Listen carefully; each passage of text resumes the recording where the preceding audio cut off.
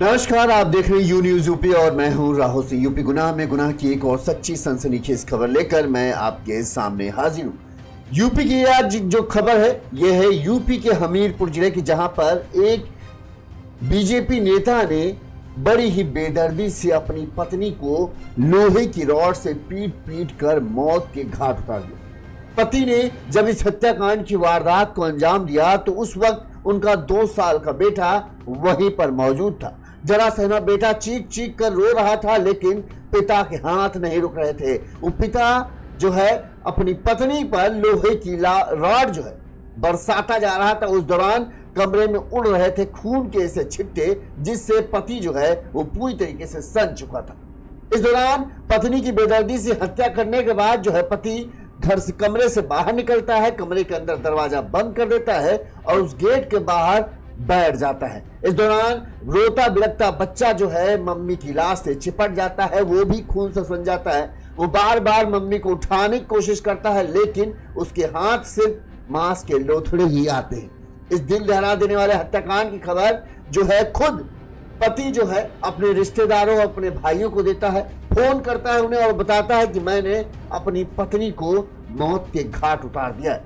ये खबर जानकर हर जो रिश्तेदार थे, परिवार थे, उनमें हड़कंप मच जाता है। तुरंत ही वो घर पहुंचते और देखते हैं कि खून से सना हुआ पति कमरे के दरवाजे के बाहर बैठा है, कमरे का दरवाजा बंद है। और जब कमरे को खोलकर ये लोग अंदर घुसते हैं तो भयावह नजारा देखकर उनकी आंखें फटी की फटी रहती। सबसे ज्यादा लोगों को तरस आता है उस 2 साल के मासूम बच्चे को, जो अपनी मरी हुई मां की लाश से लिपट कर बस रोता जा रहा था। इस दिल दहला देने वाले हत्याकांड के बारे में जैसे ही लोगों को खबर मिली, पूरे मोहल्ले के लोगों की भीड़ लग गई। लोगों ने तुरंत इस बात की सूचना पुलिस को दी। पुलिस मौके पर पहुंची और पुलिस ने जो है हत्यारे पति को गिरफ्तार कर लिया है। शुरुआती पूछताछ के अनुसार बताया जा रहा है कि जो पति था वो नशे का आदी था और अक्सर पति पत्नी के बीच में इसी के चलते झगड़ा होता था और ये झगड़ा इतना भयानक रूप ले लेगा इसकी किसी ने कल्पना नहीं की थी। बताते हैं कि इन्होंने लव मैरिज की थी, परिवार वालों से झगड़ कर शादी की थी और शादी के 2 साल बाद ही 2 से 3 साल बाद, 3 साल हो रहे थे शायद शादी को, और इतना भयानक अंत इस प्यार का होगा किसी ने कल्पना तक नहीं की थी। चलिए पूरी खबर हम आपको विस्तार से बताते हैं कि आखिर क्या मामला रहा, क्यों एक और प्यार कहानी का अंत इतना भयानक देखने को मिला जिसकी कोई कल्पना नहीं कर सकता। हम आपको विस्तार से पूरा घटनाक्रम बताते हैं।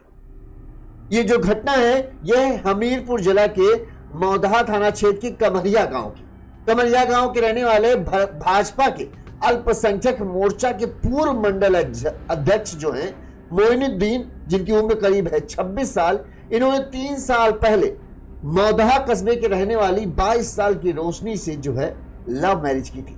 दोनों के घर वाले इस रिश्ते के खिलाफ थे, लेकिन फिर भी दोनों वालों ने दीन दुनिया से झगड़ कर अपने घर वालों से दुश्मनी मोल लेकर अपने घर वालों का कहे तरीके से रिश्ता नाता तोड़कर अपने प्यार को पाने के लिए दोनों एक दूसरे को हो गए और दोनों ने जाकर कोर्ट मैरिज कर ली थी।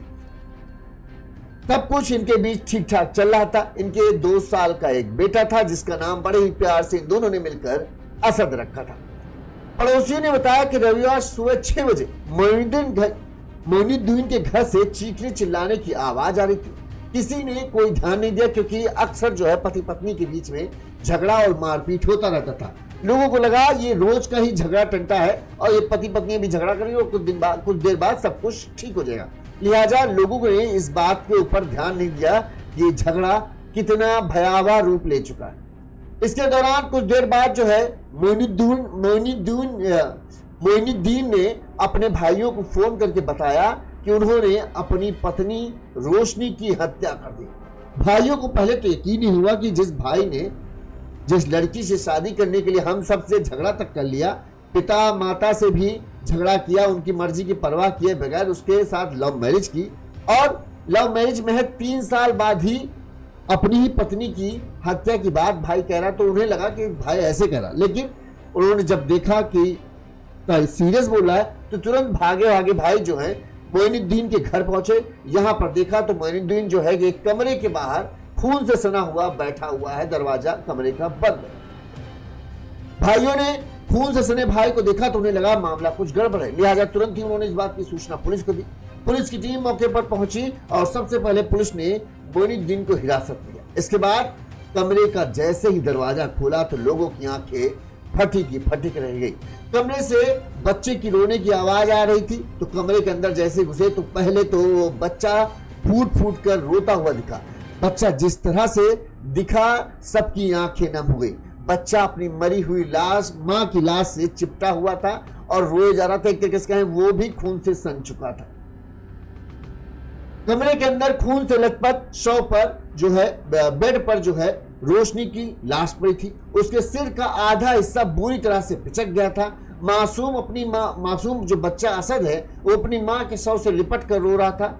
पुलिस ने इसके बाद शव को कब्जे में लिया। वहीं जो बच्चे को है, जो घर वाले, उन्होंने किसी तरह से अपने गोद में लिया, लेकिन बच्चे का रोना नहीं बंद हो रहा था। इसके बाद पुलिस जो है मोइनुद्दीन को हिरासत में लेकर थाने पहुंची। यहां पर उससे पूछताछ की गई। वहीं रोशनी के मायके पक्ष के लोग भी पहुंच गए। मायके पक्ष के लोगों ने आरोप लगाया कि मोइनुद्दीन आए दिन पत्नी से मारपीट करता था और नशे का आदी था। इसी नशे के चलते ही पति पत्नी के बीच में अक्सर झगड़े होते थे। वहीं इस मामले में एसपी मनोज कुमार गुप्ता ने बताया कि मोइनुद्दीन ने पत्नी को अपने पहले कमरे में बंद किया, फिर लोहे की रॉड से उसके ऊपर ताबड़तोड़ मारे और तब तक मारता रहा जब तक उसका पूरा सिर जो है एक तरीके से पिच्चा नहीं हो गया।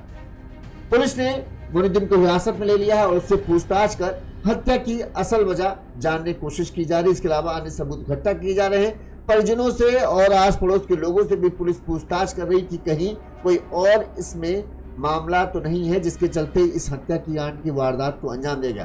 पुलिस ने क्या कहा, सबसे पहले हम आपको वो सुनाते, सुनिए। आज दिनांक 2/11/2025 को थाना मौदाहा पुलिस को दूरभाष द्वारा सूचना प्राप्त हुई कि ग्राम कमरिया में एक व्यक्ति द्वारा अपनी पत्नी की हत्या कर दी गई। सूचना पर तत्काल थाना मौदाहा पुलिस मौके पर पहुंची तो पाया गया कि मोइनुद्दीन पुत्र फखरुद्दीन निवासी ग्राम कमरिया ने अपनी पत्नी रोशनी उम्र लगभग 27 वर्ष को घर के अंदर बंद कमरे में लोहे की रॉड से सिर पर वार कर दिया था, जिससे उसकी मृत्यु हो गई है। परिजनों की सहायता से दरवाजा तोड़कर शव को बरामद किया गया है। मौके पर फील्ड यूनिट टीम बुलाकर साक्ष्य संकलन की कार्रवाई की जा रही है। अभियुक्त पूछताछ के लिए पुलिस हिरासत में है। परिजनों से तहरीर प्राप्त कर अग्रिम विधिक कार्रवाई की जा रही है। इस वारदात के बाद, इस दिल दहला दे रहे हत्याकांड के बाद तो परिजनों का रो रो कर बुरा हाल है। सबसे ज्यादा उस 2 साल के बच्चे पर लोगों को तरस आ रहा है कि अब उसका क्या होगा। माँ की मौत हो चुकी है, पिता जेल की सलाखों के पीछे चला गया और बचा वो 2 साल का मासूम बच्चा, ना जिसका बड़ा भाई ना कोई बहन जो इसकी ख्याल रखे। अब भाइयों जो मोइनुद्दीन के भाई वगैरह हैं उनके ऊपर है, क्या उस बच्चे को किस तरह से वो रखते हैं, क्या ख्याल रखते हैं, नहीं रखते हैं। लेकिन बच्चा बस अपनी माँ से, जिस तरह से लोगों ने उसको देखा, पुलिस वालों के भी कहें एक तरीके से आंखें भर गई। बच्चा 2 साल का बच्चा, आप समझ सकते हैं कितना उसका माँ से अटैचमेंट होता है। उसके लिए ही माँ ही सब कुछ थी। माँ मर चुकी थी, उसके बाद भी वो उसकी जो है सुबह सुबह पूरी, पिता ने उसके सामने माँ को मारा और बच्चा जो है माँ की लाश से लिपट कर रोता रहा। लेकिन पिता को तरस नहीं आया कि इस बच्चे को क्या होगा। गुस्से में आकर हम इतना बड़ा कांड कर रहे हैं, अपनी ही पत्नी को मार डाल रहे हैं। पत्नी तो मर जाएगी, मैं जेल चला जाऊंगा, लेकिन इस बेचारे बच्चे का इसने क्या दोष जिसको इस बात की सजा मिलेगी। दुनिया भर के लोग उसे ताना देंगे जब वो बड़ा होगा कि तेरे बाप ने ही तेरी माँ को मार डाला। सबसे बड़ी बात, उसका ये बचपन, नन्हा बचपन, जहां वो माँ के सहारे ही जी रहा था, उसका कौन होगा। किसको इतनी जल्दी, क्या वो 2 साल का बच्चा किसी को अपना पाएगा कि वो उसके हाथ में, बच्चा कहते हैं कि ना दिन भर खेलता रहता है, लेकिन दूध पीने के वक्त उसे माँ चाहिए होती है, सोने के वक्त उसे माँ चाहिए होती है, जब भी उसे चोट लगती है तब उसे माँ चाहिए। मोइनुद्दीन के तरस नहीं आया और उसने इतनी बेरहमी से हत्या की। बताते हैं कि पुलिस ने देखा तो उसका सर पूरा ना एकदम जैसे खरबूजा नहीं फोड़ते, इस तरह से उसने लोहे की रॉड्स मारी है कि जब तक पूरा सिर के भेजा एकदम नहीं निकल आया तब तक वो मारता रहा, कि उसका मकसद यही था कि किसी भी हाल में रोशनी बचनी नहीं चाहिए। इस मामले में जो पड़ोस के लोगों से पुलिस ने पूछताछ की तो पड़ोसी शरीफुद्दीन ने बताया कि मोइनुद्दीन 3 भाई हैं, वो सबसे छोटा था। उसके 2 भाई कमरुद्दीन और अलग एक और भाई है, वो अलग अलग घर बनाकर रहते हैं। तीनों भाई अलग अलग रहते थे। शरीफुद्दीन ने बताया कि मोइनुद्दीन ने 3 साल पहले लव मैरिज की थी। पत्नी जो कहती थी वही वो करता था। मोइनुद्दीन कोई ऐसा नशा करता था जिससे उसको राक्षस बना दिया। पत्नी के आगे पीछे घूमने वाला पति कहीं जाने पर कुछ ही देर में उसे लेने पहुंच जाता था। मतलब जो पड़ोस के लोग हैं, जो भाई कहते हैं कि शुरुआत में मोइनुद्दीन रोशनी को इतना प्यार करता था कि उसके बिना रह नहीं सकता था। जो रोशनी कहती थी मोइनुद्दीन वही करता था। अगर रोशनी कहीं चली जाए या किसी रिश्तेदार के घर चली जाए तो समझ लीजिए 1-2 घंटा भी रोशनी का रहना मुश्किल कर देता था। वहां पहुंच जाता था और उसे लेकर आ जाता था। लोगों का कहना है कि इधर इस बीच में जो मोइनुद्दीन है वो किसी तरह का कोई नशा करने लगा था और उस नशे के चलते ही वो राक्षस बन गया था। और इधर पिछले 6 महीनों से ही पति पत्नी के बीच, जो पति पत्नी एक दूसरे पर जान छिड़कते थे, वो पति पत्नी एक दूसरे के लिए कहे रोजाना मारपीट पर उतार हुए थे। रोजाना झगड़ा होता था, खाए किचकिच होते थे। आज पड़ोस के लोग कहना है कि झगड़ा तो इस तरह होता था, लगता था कि जैसे ये रोज की बात हो गई। इसी वजह से जिस दिन इस हत्याकांड की वारदात को मोइनुद्दीन ने अंजाम दिया, लोगों को लगा नॉर्मल झगड़ा होगा, अभी मामला सुलझ जाएगा। इनके पास तो अक्सर ये होता है। गांव वालों ने बताया कि 10 साल पहले मोइनुद्दीन गांव के ही एक युवक की हत्या के मामले में अपने भाई कमरुद्दीन के साथ जेल जा चुका है। यानी इसके ऊपर ये इसका जो कहें आपराधिक प्रवृत्ति का भी थोड़ा सा है। जमानत पर बाहर आने के बाद वो बीजेपी से जुड़ा और बीजेपी अल्पसंख्यक मोर्चा से जुड़ा। यहाँ पर कुछ समय के लिए वो बीजेपी अल्पसंख्यक मोर्चा का मंडल अध्यक्ष भी रहा। इसीलिए इसको बीजेपी नेता भी कहा जा रहा है, क्योंकि ये बीजेपी के अल्पसंख्यक मोर्चा का मंडल अध्यक्ष भी रहा था पहले, अब तो पूर्व हो गया। मोइनुद्दीन ने साल 2022 में बदौहा कस्बा के हैदरगंज मोहल्ला के रहने वाली रोशनी से प्रेम विवाह किया था। दोनों के परिवारों की मर्जी के खिलाफ कोर्ट मैरिज की थी। यानी दोनों के परिवार शादी से खुश नहीं थे। एक तो मोइनुद्दीन के ऊपर हत्या का आरोप था, तो भला कोई बाप अपनी बेटी को हत्या के आरोपी लड़के के कहें हाथ कैसे अपना बेटी का हाथ दे दे। भले ही उसने किया कि नहीं किया ये बात की बात है, लेकिन आरोप तो संगीन लगे थे और वो जेल भी जा चुका था, जमानत पर रहा था। लेकिन इसके बावजूद रोशनी भी मोइनुद्दीन से बहुत प्यार करती थी। वो भी अपने परिवार वालों को कहें कि मर्जी के खिलाफ उसने अपने प्यार का साथ दिया और उसने बोला कि चाहे जो कुछ हो जाए वो शादी तो मोइनुद्दीन के साथ ही करेगी। आखिरकार दोनों ने मिलकर कोर्ट मैरिज कर ली, दोनों वालों की मर्जी के खिलाफ।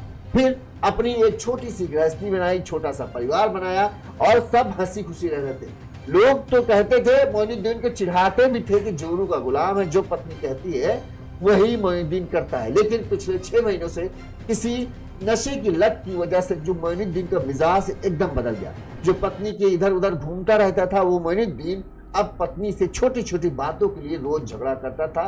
रोज जो है वो मारपीट तक हो जाती है। 2 साल का बच्चा था, शुरुआत का उसका 1-1.5 साल तो बहुत अच्छा बचा, लेकिन पिछले 6 महीने उसके लिए भी किसी सजा से कम नहीं थे। रोज वो अपनी माँ बाप को लड़ते झगड़ते देखता था, लेकिन बच्चा था, करे तो क्या करे, बस वही देखता था। माँ बाप लड़ते थे तो वो भी रोने लगता था, किसी तरह से माँ बच्चे को चुप कराते थे। लेकिन रविवार का वो दिन जब सुबह सुबह मोइनुद्दीन ने अपने बच्चे की रोने की आवाज को भी एकदम अनसुना कर दिया। कमरे में सो रही रोशनी पर लोहे की रॉड से इतना बार ताबड़तोड़ उसके सिर पर मारा कि उसके सिर को एकदम कूच दिया। और जब तक उसकी सांसों की डोर टूटी नहीं तब तक उसने अपने लोहे के रॉड को हाथों को चलाना बंद नहीं किया।